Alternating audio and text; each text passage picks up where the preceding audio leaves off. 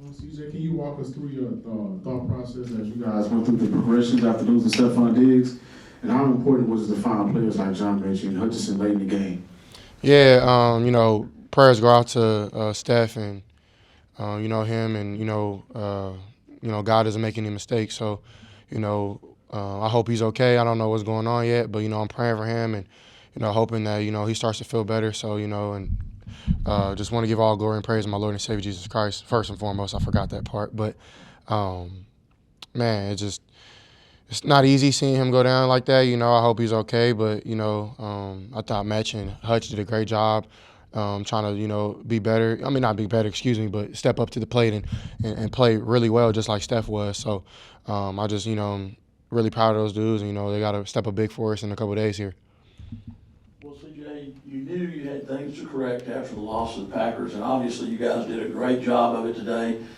This, we knew was a huge game because if you lost the game, you're technically tied with the Colts, but now Yeah. you got a two-game lead. How big is that? It's huge. It's they're always a tough opponent. Divisional games are some of your hardest games. So when you can find a way to win, we do. We clean up some things. We got a lot of other things to clean up as well. But I definitely know that we're a heck of a football team, and we just got to keep putting on film. And once we figure out the little kinks and things that we need to figure out, I think we're gonna be rolling.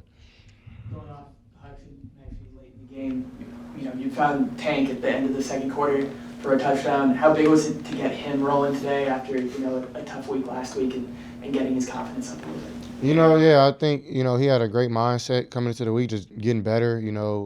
Owning his ops, and I thought he did a great job of that. He ran a lot of good routes today, and you know, I mean, me and him are really close, and we just want to feed off one another, and it was good, just to get our mojo back going, and I'm just super proud of him, and what he's been able to do, and he's gonna have to really step up big for us. You mentioned just figuring out the kinks. You got a short week, Jets on Thursday. What are some things that you can take away from this game that you can build on, stack good moments from in order to not only get ready for the Jets on Thursday, but just to close out the season? Yeah, I would say just trust ourselves. Stay aggressive, and we gotta. I think we can do a better job of getting 7 and not 3. And scoring touchdowns in the red zone. I think that's a big thing. I think I thought our defense played really well, and I'm not the coach, so I'm not gonna say and I don't know everything. I haven't watched the film yet, but positive things. I feel like we can keep running the ball really well. I think that's huge for us, and our play action pass is going really well. We can work on our drop back pass and things like that.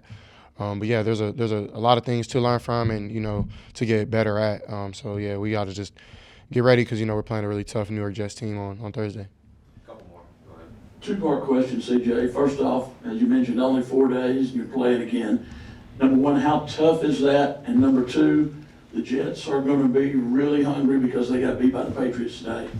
Um, yeah, I would say it's my first time playing on Thursday, so I'm leaning on leadership from older guys, and their biggest thing is recovery and mentally straining on the game plan. So it's a short week, but it's prime time football. Got to be ready to play at a high level. And yeah, I believe that the Jets are going to be very highly motivated. They got a lot of weapons over there. One of the best quarterbacks ever to play. A big fan of his. Their defense, they have some really good corners.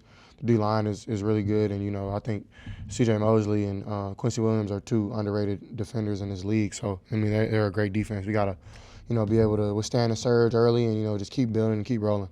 Last two, DJ, and that's it. Obviously, unfortunate that Steph went down today. Throughout the first 8 weeks, how much do you think the chat that you guys and the other receivers have?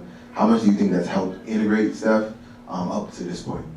Yeah, I think the leader. I mean, excuse me, just the camaraderie, the brotherhood I see in that room is just kind of what I had in college. With Garrett, Chris, Jackson, Marv, Mac. And even all the way to Jupe, Sam Wickles, like our walk-ons, like everybody was close. And you kind of look at this team like that is, all the guys who are playing a lot, look out for the guys who aren't really playing as much, and they want to see those boys eat. So it's really cool to see, and I think, you know, it's sad, but that's the worst part of our game is just injury. So, praying for Steph, I think he'll be okay, but I definitely know that no matter what, we got to be able to still win games, and I know he wants that for us at the end of the day. You mentioned the defense, on what could have been a really big momentum shift with the pitch play. How big was it for your defense to go out there and have a 3-and-out and force another punt and give you guys the ball back at the end? It's huge, man. We got to be better as offense, and that can't happen. We can't turn the ball over down there. We got to find a way to just get on the ball or, just not do that. I'm fully aware, that that's a big mistake, and that could have cost us the game, you know what I mean? So we got to help. We got to play camaraderie football. We got to help the defense just like, when they help us, you know what I mean? So, yeah. Thanks, All right, man. You guys have a good one. Thanks, guys.